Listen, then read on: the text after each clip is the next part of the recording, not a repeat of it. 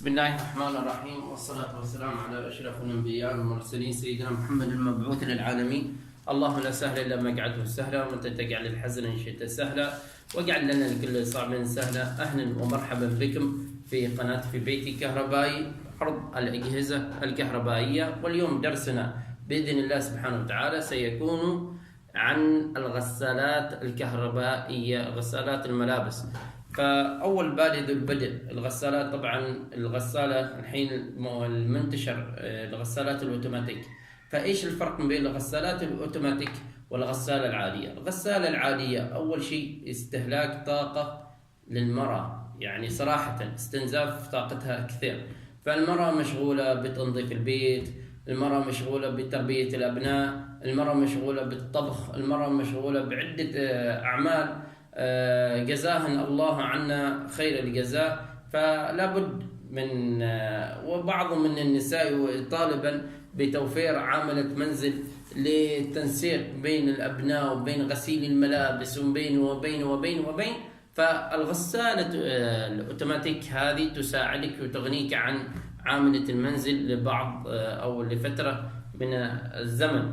فالغسالات العادية ليش متعبة جدا؟ الغسالات العادية غسالات يحتاج لها أول شيء ترس ماء. الشخص ينتظر إلى ما تترس الغسالة، الشخص ينتظر إلى وضع الصابون المسحوق الغسيل، الشخص ينتظر له كذلك من تنتهي من عملية الغسيل بنفسه يقوم بعملية الشطف اللي هو غسيل الملابس، إزالة الصابون، سواء كان المرحلة الأولى بعصرها في العصارة، وبعدها نقل العصارة إلى الغسيل بالماء، وبعد عصر الماء مرة ثانية يرجعها، فتأخذ كثير من الوقت والجهد، كذلك مع خسارة في الكهرباء والماء. فلذلك إليكم الغسالات الأوتوماتيك. الغسالات الأوتوماتيك عندنا نوعين من الغسالات: غسالة الفوق الأوتوماتيك اللي هي ذو الباب العلوي، والغسالة الأمامية. فالغسالة مميزات الغسالة العلوية: وصول أسهل للملابس بدون الحاجة للانحناء، وهذه اللي خاصية مهمة جدا لكبار السن. أقل في السعر، رخيصة جدا عن الغسالة الأمامية، تستخدم منظف عادي بدون مواصفات خاصة. حي الله منظف مسحوق غسيل بدون مسحوق خاص. أنواع وموديلات أكثر، بحيث أنها أقدم في السوق المنزلي، فلذلك تلقاها بعدة موديلات. أسرع في إنهاء الغسيل، تقريبا تأخذ إلى 45 دقيقة لكل غسلة. ممكن تغسيل الملابس ملونة وبيضاء مع بعض، كذلك ممكن فصل دورة الغسيل في أي وقت. يعني مثلا بغيت أنت تغسل لك ملابس فقط بدون عصر عادي، بغيت تعصر لك ملابس بدون غسيل عادي، بغيتها مثلا تشطف لك الملابس بالماء بدون أن تنشفن عادي، أنت تقدر تتحكم فيها. هذه الميزة جميلة جدا في هذه الغسالة. عيوب غسالات لكل شيء ولكل جهاز عيوب هذه الغسالة العلوية: تدور بشكل بطيء، مما يعني رطوبة أكثر في الملابس، يعني شطف الماء، عصر الماء للملابس أقل جودة، ولكن ما ذيك الأقلالية، يعني رطبة، لكن يعني أقل رطبة في رطوبة. طبعا أكثر ضجيجا وصوتا. طبعا هذه في الغسالات القديمة، كل ما جاء موديل كل ما تطورت الغسالة أكثر وتكون أقل ضجيجا، أقل مناسبة للملابس الحساسة والخفيفة. يعني مثلا عندك ملابس خفيفة شفافة جدا قد تتمزق، هذه طبعا في الغسالات القديمة وليس في الموديلات الجديدة. أكثر استهلاكا للطاقة الكهربائية، وهذه لو كذلك في الغسالات القديمة وليس في الموديلات المتقدمة. وأنا أنصح لأي شخص يشتري غسالة كهربائية أنه يطلع على البطاقة الكهربائية، بطاقة الاستهلاك أو الترشيد الكهربائي، هل هي نجمة، نجمتين، 3، 4، كل ما كانت النجوم أعلى كل ما كانت أقل صرفية في الكهرباء. وإذا ما وجدتها في المحل طبعا لا تخاف، ضغط اليوم بضغط زر باليوتيوب اكتب نوع الغسالة تظهر لك البطاقة التعريف طبعا عنها. الدقة في اختيار البرنامج، يعني لازم لما تعطيها برنامج مثلا تقول لها عصري لي 6 دقائق، لازم تكتب 6 دقائق وتجلس لك 6 دقائق يعني هذه الدقة في استخدام البرنامج. أهلا ومرحبا بكم. طبعا هذه الغسالة العادية والكل يعرفها، الغسالة العادية تهتم بتنظيف الفلاتر، لو كذلك تنظيف الحوض. عندك هنا لما أقول لكم لازم يتوفر عندك ماخذ تيار جداري مع غطاء طبعا واتر بروف يكون قوي جدا، حتى بحيث انه اضمن. يعني عندك الغسالة الاوتوماتيك هذه الفوق العلوي، لما اقول الاوتوماتيك هذه الفوق العلوي، باب العلوي بهذه الطريقة. طبعا الحوض لازم تهتم بتنظيف هذا الفلترين، في فلتر ثالث موجود في الاسفل.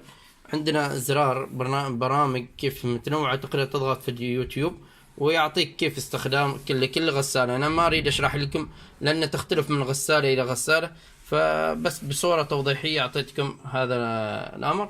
مع بطاقة لكل غسالة لازم تعرفها، إذا تتوفر C1 إيش تعني الرمز الخطأ، وC2 مع بطاقة تعريف لوبة كذلك موجودة هنا عندكم للتعريف، متى الترشيد ما ترشيد. وهذا طبعا نتكلم إلى الغسالة الأمامية. الغسالة الأمامية مميزاتها أول شيء تستخدم مساحة أقل، حيث يمكن وضع نشافة في الأعلى. يعني تقدر تخلي أي غسالة أمامية من الجنب، يعني موجودة من الجنب، بابها من الجنب. وهذا براويكم الغسالة العلوية والأمامية بالفيديو إن شاء الله. من الجنب موجود باب، تقدر أنك تحط فيها أي شيء فوق. مثلا عندك بغيت تحط صابون، مسحوق الصابون، بغيت تحط المنعمات، بغيت أي حاجة، بغيت تدخلها في كبت في مطبخ، داخل المطبخ، وطاولة الأكل فوق، في الصورة اللي بنوضح لكم إياها إن شاء الله. فتقدر هي مناسبة في كل مكان تدخل فيه. يعني هذه الغسالة ميزة جميلة جدا، تدور بشكل أسرع مما يعني رطوبة أقل في الملابس بعد انتهاء الغسيل. تستخدم ما أقل عن الغسالة العلوية، مناسبة للملابس الحساسة والخفيفة، يعني ما تمزق الملابس الخفيفة، أقل ضجيجا، أقل استخداما للطاقة. ولكن هنا تستخدم طاقة عالية لما تستخدم برنامج تسخين الماء، وهذا يكون من عيوب غسالات الأمامية. أول شيء أعلى سعرا في الأسواق.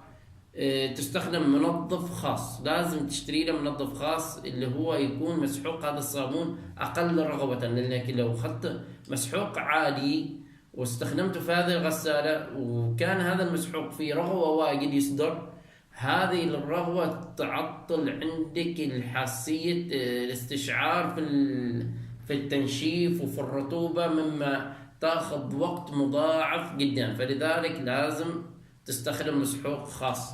تستغرق وقتا أطول في الغسيل، مثل هذه 45، هذه تجلس ساعة أو 50 أو 55 دقيقة. مدخل واحد للماء البارد، وهذا اللي ذكرته من العيوب، أنه ماء واحد بس موجود، بيب واحد فيها يدخل فيها ماء بارد. إذا بغيت الماء الساخن في برنامج زر ضغط فيه الماء الساخن، وإذا ضغط فيه هذا الماء الساخن هنا عندك مثل الحرار تعمل، تسخنك إياه الماء البارد إلى ساخن وتصرف كهرباء. كذلك عندك صعوبة توقيفها للنصف، ما تقدر إذا بديت ما تقدر توقفها في أي مرحلة إلا إذا وصلت مرحلة تجفيف الملابس اللي هي العصار. يفضل فصل الملابس البيضاء عن الملونة. طبعا بنذكركم جدول كيف تختار الحجم المناسب للغسالة الأمامية، مثلا فردين إلى 4 أفراد 5 كيلو إلى 6 كيلو، 4 إلى 6 6 إلى 7 كيلو، 6 أفراد إلى 8 أفراد 6 إلى 8 كيلو، أكبر من 8 أفراد غسالة فوق 10 كيلو. الغسالات فوق العلوية الحجم المناسب من فردين إلى 4 أفراد من 7 كيلو إلى 9 كيلو، 4 إلى 6 أفراد من 9 كيلو إلى 11 كيلو، من 6 إلى 8 أفراد 12 إلى 14 كيلو، أكبر من 8 أفراد غسالة فوق 15 كيلو. هذا إن شاء الله بذكر لكم الجدول حتى يكون تقدروا تقريوا الأشياء اللي قلت لها. نصائح عامة. النصيحة الأولى للغسالة الأوتوماتيك، كل ما استخدمتها استخدام على قراءة الدفتر مالها، كل ما تكون عمرها الافتراضي أطول.